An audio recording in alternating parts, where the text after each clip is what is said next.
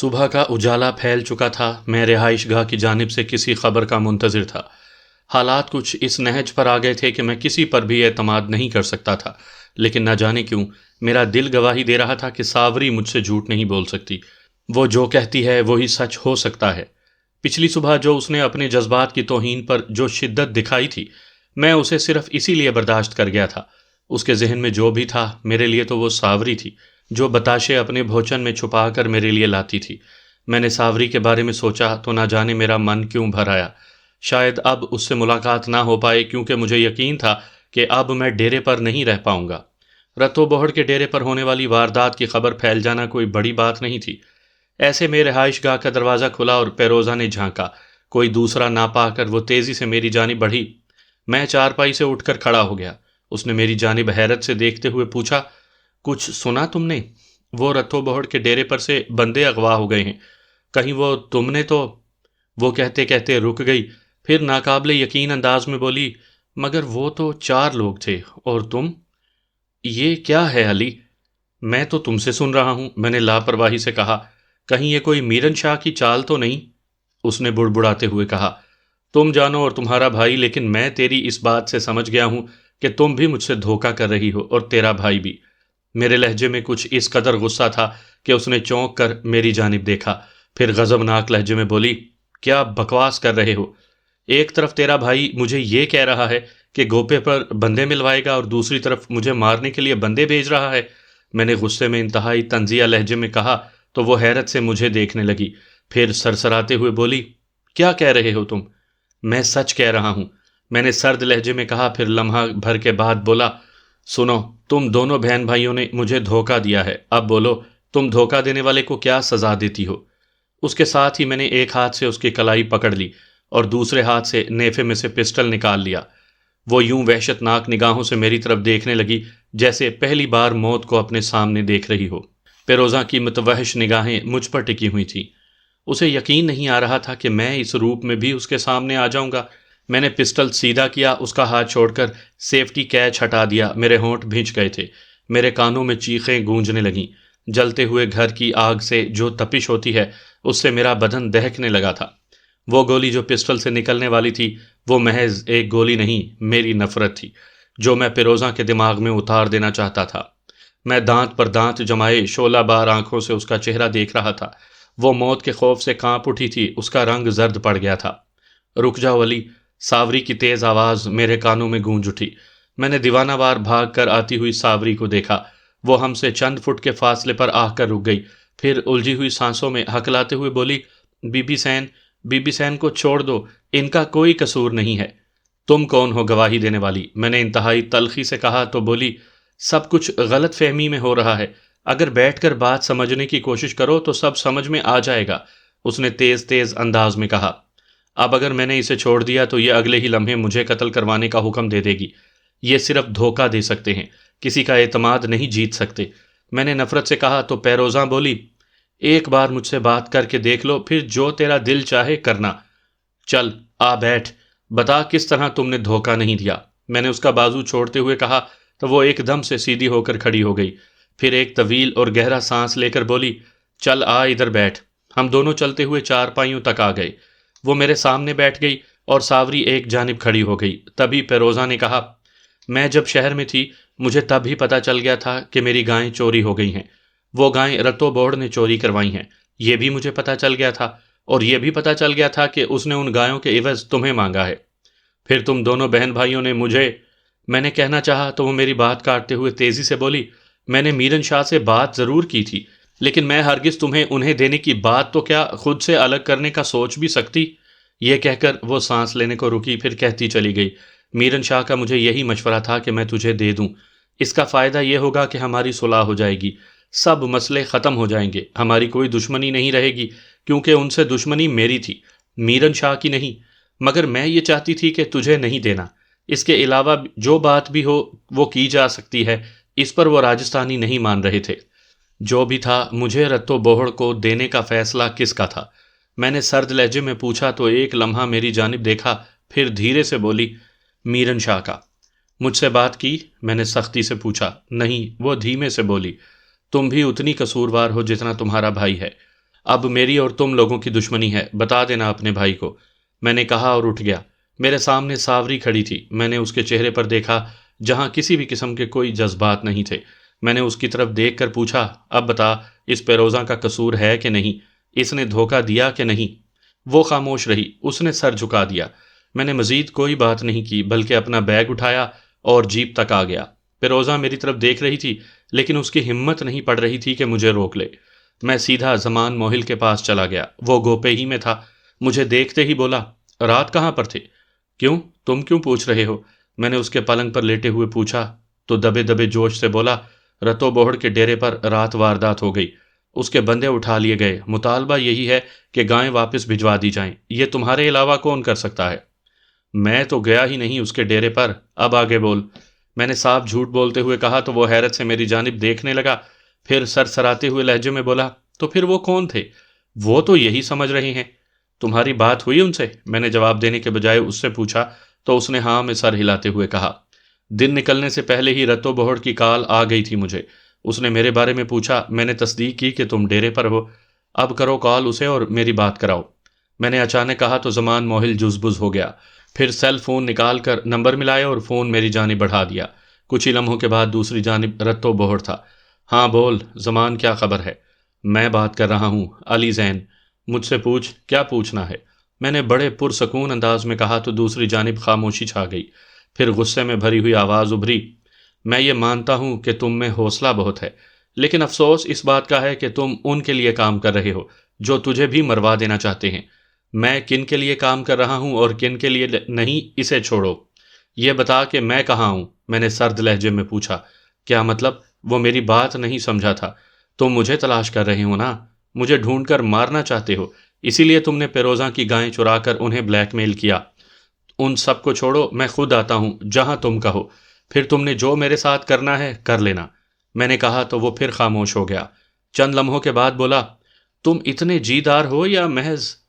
میں کہہ رہا ہوں نہیں تو آ جاؤ یہاں، میں زمان موہل کے پاس بیٹھا ہوں، یہاں آ کر مجھے پکڑ لو اگر تم میں ہمت ہے۔ میں نے اسے غیرت دلائی تو اس نے کوئی جواب دیے بغیر فون کال کاٹ دی۔ میں نے سیل فون کو دیکھا اور زمان موہل کو واپس کر دیا۔ ہم میں خاموشی چھا گئی۔ ظاہر ہے وہ اپنی جگہ سوچ رہا تھا کہ اگر رتو بہڑ اس کے پاس آ ہی گیا تو پھر اس کا گھر میدان جنگ بن جائے گا۔ میرن شاہ اور پیروزہ کو کیا جواب دے گا؟ ممکن ہے اس کے علاوہ بھی کچھ اور سوچ رہا ہو، تبھی اس نے یوں ہی بات بڑھانے کے لیے پوچھا، تمہارا فون کہاں ہے؟ میں دے آیا ہوں پیروزہ کو، اب مجھے ڈیرے پر نہیں رہنا، اب میری اور میرن شاہ کی دشمنی ہے۔ میں نے بڑے اطمینان سے کہا تو وہ بری طرح چونک گیا۔ وہ ہونکوں کی مانند میری جانب دیکھنے لگا جیسے میں نے یہ بات پاگل پن میں کہی ہو۔ کیا کہہ رہے ہو تم؟ اس نے انتہائی حیرت سے پوچھا۔ میں ٹھیک کہہ رہا ہوں، میں نے کہا اور انتہائی اختصار سے بتا دیا کہ میں وہاں سے کیوں آ گیا ہوں۔ وہ ساری بات سن کر بولا، سمندر میں رہ کر مگرمچھ سے ویر، میرن شاہ سے دشمنی اور اسی کی بستی میں رہو گے؟ پاگل ہو گئے ہو کیا؟ اس نے طنزیہ انداز میں کہا، تم فکر نہ کرو، میں تمہارے پاس نہیں رہوں گا، میں تجھے کسی امتحان میں نہیں ڈالوں گا، تم چاہے۔ میں نے کہنا چاہا تو اس نے میری بات کاٹتے ہوئے کہا، میں بے غیرت نہیں ہوں کہ اپنے محسن کو یوں بے یارو مددگار چھوڑ دوں، تم نے مجھے ایک نئی زندگی دی ہے، میرن شاہ کے لیے تو میں کام کرتا ہوں، اس میں اور تم میں زمین آسمان کا فرق ہے، لیکن اس سے اچھا نہیں کہ تم واپس چلے جاؤ؟ اب نہیں، اس وقت تک نہیں جب تک میں میرن شاہ کو اپنے قدموں پر نہ جھکا لوں۔ میں نے دانت پیستے ہوئے کہا تو زمان موہل میری جانب یوں دیکھنے لگا جیسے اسے میری ذہنی حالت پر شک ہو رہا ہو۔ اس کے ساتھ ایسا ہونا بھی تھا، وہ نہ میری بات سمجھ سکتا تھا اور نہ مجھے، اسے حیرت ہونا ہی تھی۔ اس سے پہلے کہ وہ کوئی جواب دیتا زمان کا فون بج اٹھا، وہ بے ساختہ بولا، اوئے رتو بہڑ کا فون، سن کیا کہتا ہے؟ میں نے کہا تو اس نے کال ریسیو کر لی اور پھر اسپیکر آن کر دیا۔ دوسری جانب رتو بہڑ ہی تھا۔ یار وہ علی تیرے پاس ہے یا چلا گیا ہے؟ نہیں، میرے پاس بیٹھا ہے، اسے کہو میں میرن شاہ کے پاس آ رہا ہوں، وہ مجھے وہیں ملے۔ رتو بہڑ نے بڑے سکون سے کہا تھا، لیکن اب وہ میرن شاہ کے ساتھ تمہیں نہیں ملے گا۔ زمان موہل نے کہا تو وہ حیرت سے بولا، وہ کیوں؟ اس لیے کہ اب اس کی اور میرن شاہ کی دشمنی چل پڑی ہے۔ زمان موہل نے کہا تو اس نے حیرت سے پوچھا، وہ کیوں؟ یہ بتاؤ تم نے گایوں کے عوض علی کو مانگا تھا؟ ہاں یہی شرط تھی، اس نے تیزی سے کہا۔ یہ بات اب علی کو پتا ہے، ظاہر ہے میرن شاہ نے دھوکہ دیا ہے اسے، اور وہ اب میرن شاہ کا دشمن ہے۔ زمان موہل نے بتایا تو دوسری جانب خاموشی چھا گئی۔ چند لمحوں کے بعد اس نے کہا، یہی بات میں علی کو سمجھانا چاہ رہا تھا۔ ان بہن بھائی کے لیے انسانوں کی کوئی اہمیت نہیں ہے، اب ان کی گائیں واپس چلی جائیں گی۔ میں بھی علی کے خون کا پیاسا اور وہ بھی اسے مارنا چاہیں گے۔ وہ قتل ہو گیا تو انہیں کیا فرق پڑنے والا ہے؟ ہاں یہ تو ہے، زمان نے اس کی تائید کرتے ہوئے کہا۔ بس پھر اب ہماری اس سے دشمنی نہیں رہی، اسے بتا دینا، رتو بہڑ نے کہا تو زمان بولا، میں نے اسپیکر آن کیا ہوا ہے اور وہ سن رہا ہے۔ تم ان کی گائیں دو یا نہ دو، یہ میرا معاملہ نہیں اور نہ میرا مسئلہ تھا۔ میں نے تم لوگوں سے دھوکہ نہیں کیا، صاف بتا دیا کہ سب کچھ غلط فہمی میں ہوا۔ کوئی بھی مجھے مارنے آتا تو میں نے اپنا تو دفاع کرنا تھا۔ اب بھی تم لوگ میرے ساتھ دشمنی رکھو تو سر آنکھوں پر، لیکن اب میں نے خود میرن شاہ کو دشمن بنا لیا ہے۔ اب دیکھنا اس کے ساتھ ہوتا کیا ہے۔ دیکھتے ہیں، گائیں تو میں نے بھیج دی ہیں، انہوں نے میرے بندے اٹھائے ہیں، اگر تم ان کے بارے میں بتا دو تو میں تم سے دوستی کر لوں گا۔ رتو بہڑ نے آفر دی۔ میں یہی چاہتا تھا، مجھے وہ کافی حد تک معاملہ فہم لگا تھا۔ اس قدر جلدی اس نے حالات کو سمجھ کر اپنا فیصلہ دے دیا تھا۔ مجھے نہیں معلوم تمہارے بندے کہاں ہیں، یہ بھی سن لو۔ نہ مجھے تیری دوستی سے غرض ہے اور نہ دشمنی سے۔ میں نے صاف انکار کر دیا۔ دیکھو، اگر تم ہمارے اور میرن شاہ کے درمیان سے ہٹ رہے ہو تو پھر تمہیں کوئی نہ کوئی ثبوت تو دینا ہوگا، پھر ہم جانے اور میرن شاہ۔ اس نے واضح انداز میں کہا تو میں نے چند لمحے سوچ کر کہا، چل ٹھیک ہے، اگر پیروزہ اور میرن شاہ نے وہ بندے اٹھوائے ہیں تو میں تمہیں بہت جلد تلاش کر دوں گا، یہ میرا وعدہ رہا۔ میں منتظر ہوں، اس نے کہا اور فون بند کر دیا۔ زمان موہل خاموش رہا، پھر عجیب سے خوف بھرے انداز میں بولا، علی، کہیں کسی دلدل میں نہ پھنس جانا، ایک بار پھر سوچ لو، کہیں تمہیں پھنسا نہ رہے ہو۔ فکر نہ کرو زمان، سب اچھا ہو جائے گا، تم کچھ کھانے پینے کا بندوبست کرو، میں نے کہا اور پلنگ پر پھیل گیا۔ حالات بڑی جلدی بدل گئے تھے۔ میں لیٹا ہوا انہی حالات پر سوچنے لگا تھا۔ دوپہر ہونے کو تھی، گرمی کافی حد تک بڑھ گئی تھی۔ زمان موہل کچھ دیر میرے پاس بیٹھا تھا، پھر وہ بھی غائب ہو گیا۔ وہ کیا کر رہا تھا اور کہاں تھا، اس کی مجھے خبر نہیں تھی۔ ابھی تک آفتاب کی طرف سے کوئی اطلاع نہیں آئی تھی۔ اس کا مطلب تھا کہ وہاں سب ٹھیک تھا، لیکن میری بے چینی بڑھ رہی تھی۔ میرن شاہ اور پیروزہ کی طرف سے کوئی رد عمل نہیں ہوا تھا۔ میں اسی ادھیڑ بن میں تھا کہ زمان موہل تیزی سے گوپے میں آ گیا۔ اس کا چہرہ تمتما رہا تھا۔ وہ میرے سامنے پیڑے پر بیٹھتے ہوئے بولا، پیروزہ کی گائیں واپس آ گئی ہیں۔ تو پھر پیروزہ کو بھی چاہیے کہ ان کے بندے واپس کر دے، میں نے سکون سے کہا تو وہ جھجکتے ہوئے بولا، یار وہ تم سے بات کرنا چاہتی ہے۔ بات کرنے میں تو کوئی حرج نہیں، میں نے کہا تو زمان نے تیزی سے فون نکالا اور نمبر پش کر کے رابطے کا انتظار کرنے لگا۔ ذرا سی دیر میں رابطہ ہوا تو اس نے فون میری جانب بڑھا دیا۔ ہاں پیروزہ مائی، بتا کیا کہنا چاہتی ہے؟ تم تو ایک دم مجھ سے بدظن ہو گئے ہو، نہ کچھ سوچا نہ سمجھا، اس نے شکوہ بھرے انداز میں کہا تو میں بولا، تم بھی جانتی ہو کہ میں بدظن کیوں ہوا ہوں، دھوکہ دیا ہے مجھے تم نے۔ چل چھوڑ سارا غصہ اور بکو مت، میں اب تم پر اعتماد نہیں کر سکتا۔ بچنا ہے تو اب میرے قہر سے بچو، تم بھی اور تیرا بھائی بھی، میں نے انتہائی غصے میں کہا۔ تم کوئی آسمان سے اتری ہوئی مخلوق نہیں ہو اور نہ ہی تم لوہے کے بنے ہو، اس قدر غرور سے بات کرو گے تو مٹی میں ملا دوں گی۔ وہ غراتے ہوئے بولی تو مجھے لگا اس کے اعصاب جواب دے گئے ہیں۔ وہ اب کھل کر سامنے آ گئی تھی۔ تبھی میں نے اسے غصہ دلاتے ہوئے کہا، تو پھر دیر کس بات کی ہے، میں ہوں یہاں زمان موہل کے پاس، آ کر اٹھا لو مجھے اگر تم میں اور تیرے بھائی میں ہمت ہے تو۔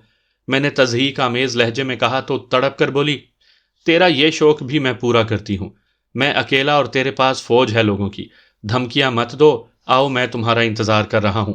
میں نے اسے پھر سے غصہ دلایا تو اس نے فون بند کر دیا۔ میں نے فون زمان موہل کو واپس کر دیا تو وہ بولا، یار مجھے یہ سمجھ میں نہیں آ رہا کہ تم یہ خودکشی کیوں کر رہے ہو، سب کچھ جانتے بوجھتے ہوئے بھی۔ تم اگر میرا ساتھ دینا چاہتے ہو تو خاموش رہو، کچھ نہ کرو، میں ابھی تمہاری یہ جگہ چھوڑ کر جا رہا ہوں، میں نے غصے میں کہا تو وہ خاموش رہا۔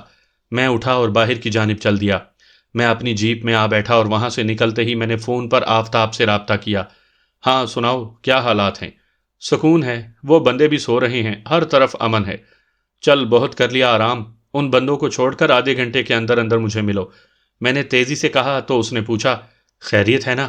نہیں، پیروزہ نے دھمکی لگائی ہے، میں یہاں اکیلا ہوں، دیکھتے ہیں وہ سامنے آتے ہیں یا نہیں، میں نے کہا تو ساری بات سمجھ گیا، اس لیے تیزی سے بولا، ٹھیک ہے ملتا ہوں۔ میں نے فون بند کر کے جیب میں ڈالا اور جیپ لے کر نکل پڑا۔ سامعین کرام، آپ سن رہے ہیں ایک دلچسپ اردو جاسوسی کہانی جس کا نام ہے اناگیر۔ یہ اس سلسلے کی قسط نمبر 13 ہے۔ مجھے امید ہے آپ کو میری یہ کاوش پسند آ رہی ہوگی۔ آپ نے اگر ابھی تک میرا چینل کہانی گھر سبسکرائب نہیں کیا تو ابھی میرے چینل کو سبسکرائب کر کے بیل نوٹیفیکیشن آن کر لیجئے تاکہ آنے والی ہر نئی کہانی کی اطلاع بر وقت آپ تک پہنچ سکے۔ آفتاب نے وہ آدمی ویران صحرا میں ایسی جگہ لے جا کر چھوڑے تھے جہاں سے پتہ نہ چلے کہ وہ رات بھر کہاں رہی ہیں۔ اس میں انہیں آدھا گھنٹہ لگ گیا تھا۔ آفتاب نے اپنے ساتھیوں کے ساتھ مل کر باتوں ہی باتوں میں ان آدمیوں کو یہ باور کروا دیا تھا کہ انہیں پیروزہ نے اٹھوایا تھا۔ اب جب کہ اس کی گائیں واپس آ گئی ہیں تو انہیں چھوڑا جا رہا ہے۔ وہ تینوں اب میرے قریب تھے اور میں بستی چراغ شاہ کے قریب پہنچ چکا تھا۔ بستی کے باہر ایک جگہ کھجوروں کا جھنڈ تھا۔ میں نے جیپ وہیں روکی اور جیپ سے اتر کر کچھ فاصلے پر بنی ایک جھونپڑی میں جا بیٹھا۔ مجھے یہی امید تھی کہ اگر پیروزہ کے لوگ مجھ تک پہنچنے کے لیے آئے بھی تو اسی طرف سے آئیں گے۔ میں وہیں گھات لگا کر بیٹھ گیا۔ میں نے آفتاب کو اپنی لوکیشن کے بارے میں بتایا اور انتظار کرنے لگا۔ زیادہ وقت نہیں گزرا تھا، مجھے دور سے چند جیپیں آتی ہوئی دکھائی دیں۔ وہ تیزی سے آگے بڑھ رہی تھی۔ مجھے پوری امید تھی کہ راستے میں کھڑی ہوئی میری جیپ دیکھ کر وہ ضرور رکیں گے۔ وہ جس قدر تیزی سے آ رہے تھے ان کی جیپوں کی رفتار کم ہوئی اور ایک جانب کھڑی جیپ کے نزدیک آ کھڑے ہوئے۔ آفتاب نے ان لوگوں کو صورتحال بتا دی تو وہ تیزی سے اسی جانب آنے لگے۔ وہ تینوں سمت میں پھیل کر آگے آ گئے تھے۔ میں جھونپڑی میں کھڑا انہیں دیکھ رہا تھا۔ ان میں سے کچھ لوگ جیپ سے اترے تو میں نے میرن شاہ کے غنڈے سبحان کو دیکھ لیا۔ وہ جیپ سے اتر کر ادھر ادھر دیکھ رہا تھا۔ اس کی نگاہ اسی جھونپڑی پر پڑی، میں جس میں کھڑا تھا۔ وہ بالکل درست اندازہ لگا رہا تھا لیکن نہ جانے کیوں تذبذب کے عالم میں کھڑا سوچ رہا تھا۔ وہ 10-12 لوگ تھے۔ ان کے عقب میں 2 جیپیں کھڑی ہوئی تھیں۔ وہ پھیل کر کھڑے ہو گئے تھے۔ سبھی کے ہاتھوں میں اسلحہ پکڑا ہوا تھا۔ کسی کے ہاتھ میں گن تھی اور کسی کے ہاتھ میں پسٹل یا ریوالور۔ وہ سب ادھر ادھر دیکھ رہے تھے۔ میں نے اپنا فون آن کیا ہوا تھا اور مسلسل آفتاب کو بتا رہا تھا کہ سامنے کی صورتحال کیا ہے۔ وہ بھی مختلف جگہوں پر گھات لگا چکے تھے۔ سبحان اور اس کے ساتھی انہیں بھی اچھی طرح دکھائی دے رہے تھے۔ اچانک سبحان نے ادھر ادھر دیکھ کر اونچی آواز میں کہا، اوے علی زین، چپ چاپ سامنے آ جا، میں تمہیں کچھ نہیں کہوں گا۔ میں نے کوئی جواب نہیں دیا بلکہ دم سادھے وہیں کھڑا رہا۔ ہر طرف سناٹا تھا۔ اس کے ساتھی بھی ادھر ادھر دیکھ رہے تھے۔ وہ بالکل تیار تھے۔ انہیں ذرا سی بھی بھنک مل جاتی تو مجھے قابو میں کرنے کے لیے وہ کچھ بھی کر سکتے تھے۔ اس نے جب دوسری بار یہی صدا لگائی تو میں نے گن سیدھی کر لی۔ جیسے ہی وہ پھر اونچی آواز میں بولا اسی لمحے میں نے کہا، 1 2 3 فائر۔ ایک دم سے فضا فائرنگ کی خوفناک آوازوں سے تڑتڑا اٹھی۔ اس کے ساتھ ہی کئی چیخیں بلند ہوئیں۔ کئی خون میں لت پت ریت پر تڑپ رہے تھے۔ کراہوں کی آوازیں ہر جانب پھیلی ہوئی تھیں۔ وہ ہونکوں کی مانند چاروں جانب دیکھ رہے تھے۔ انہیں سمجھ ہی نہیں آئی کہ فائر کس جانب سے ہوا ہے۔ ان میں جو زخمی نہیں ہوئے تھے وہ کسی آڑ کی تلاش میں بھاگے، مگر میں انہیں یہ موقع نہیں دینا چاہتا تھا۔ ایک بار پھر سے چاروں جانب سے فائرنگ ہوئی۔ انہیں سمجھ نہیں آ رہا تھا اس لیے ان میں بھگدڑ مچ گئی۔ ہتھیار پھینک دو، مدثر کی آواز گونجی تو انہوں نے اپنا رخ اسی کی جانب کر کے فائرنگ کی، لیکن تیسری بار بھی انہیں لگا کہ وہ غلطی پر ہے۔ ایک زوردار برسٹ پڑا، کئی چیخیں بلند ہوئیں۔ اگلے ہی لمحے انہوں نے ہتھیار ڈال دیے۔ سر پر ہاتھ رکھو اور اپنی جیپوں میں بیٹھ کر بھاگ جاؤ۔ ایک سمت سے جہانگیر کی آواز گونجی تو سامنے پڑے زخمیوں میں جیسے جان آ گئی۔ وہ بے یقینی سے ادھر ادھر دیکھنے لگے تھے۔ سبحان کے علاوہ باقی چلے جائیں، اگر رکے تو انہیں گولی مار دیں گے۔ میں نے کہا تو وحشتناک انداز میں ادھر ادھر دیکھنے لگا۔ انہیں یقین ہو گیا کہ میں جھونپڑی میں ہوں، لیکن کسی کی ہمت نہیں پڑی کہ کوئی ہتھیار اٹھا کر میری سمت بڑھتا۔ وہ تیزی سے جیپوں میں بڑھ رہے تھے۔ سبحان ریت پر پڑا کرا رہا تھا۔ اس کی ٹانگیں لہو لہان ہو رہی تھیں۔ اگلے 2 منٹ میں وہاں سوائے سبحان کے کوئی نہیں تھا۔ ایک دم سے سناٹا چھا گیا تھا۔ میں جھونپڑی سے نکلا اور اس کی جانب بڑھ گیا۔ وہ وحشتناک انداز میں میری جانب دیکھ رہا تھا۔ وہ میری جانب دیکھ کر گڑ گڑاتے ہوئے بولا، مجھے جانے دو، میں مر جاؤں گا۔ میں نے اس کے سینے پر پاؤں رکھتے ہوئے نفرت سے کہا، اور جن لوگوں کو تم نے مارا ہے ان کی جان نہیں تھی کیا؟ وہ تو میرن شاہ کا حکم اور میری اس سے دشمنی ہے۔ میں نے کہا تو خوفزدہ انداز میں میری جانب دیکھنے لگا۔ میں نے پاؤں کا دباؤ بڑھاتے ہوئے کہا، اگر سچ بولو گے تو شاید تمہیں معاف کر دوں، ہسپتال بھی لے جاؤں گا، ورنہ تجھے قبر بھی نصیب نہیں ہوگی، یہیں آگ لگا دوں گا تجھے۔ میرے لہجے کا اثر تھا یا اپنے انجام کی اذیت، وہ مرے ہوئے انداز میں بولا، پوچھو، کیا پوچھتے ہو؟ پرسوں رات ڈیرے پر تم اٹھانے آئے تھے مجھے؟ ہاں میں تھا، میرن شاہ نے کہا تھا تجھے اٹھا لاؤں، اس نے تکلیف برداشت کرتے ہوئے کہا۔ میں تو اسی گھر میں تھا، کہاں لے جانا تھا؟ میں نے تیزی سے پوچھا۔ گوپے پر، وہاں رتو کے لوگوں کے حوالے کرنا تھا، اس نے اٹکتے ہوئے کہا۔ اب کس کے کہنے پر آئے ہو؟ میں نے ایک خیال کے تحت پوچھا۔ پیروزہ نے میرن شاہ کی مرضی کے بغیر نہیں، اس نے اذیت بھرے لہجے میں کہا۔ تو اس دوران وہ تینوں مجھ سے کچھ فاصلے پر آن پہنچے، مجھے سوال جواب کرتا دیکھ کر رک گئے۔ ایسے میں سبحان کی جیب میں پڑا فون بج اٹھا۔ اس نے نکالنے کی کوشش کی لیکن نکال نہیں پایا۔ میں نے وہ فون نکال لیا، فون مسلسل بج رہا تھا۔ میں نے کال ریسیو کی تو پیروزہ چیختے ہوئے بولی، کہاں ہو تم؟ ابھی تو زندہ ہے لیکن ممکن ہے کچھ دیر بعد اگلے جہان پہنچ جائے۔ تم؟ اس نے حیرت سے کہا۔ ہاں میں، یہی پوچھنا تھا نا کہ کتنے مرے اور کتنے زندہ ہیں۔ ہم یہ حساب بعد میں کرتے ہیں، پہلے یہ فیصلہ کر کے بتا دو تم میں سے پہلے کون مرے گا، تم یا میرن شاہ؟ میں پرسکون سے لہجے میں انتہائی طنز سے بولا۔ بکواس بند کرو، تیرے جیسے باولے کتے کو میں دیکھتی ہوں، اس نے دھاڑتے ہوئے کہا۔ مطلب پہلے تم مرنا چاہتی ہو؟ میں نے کہا تو فون بند ہو گیا۔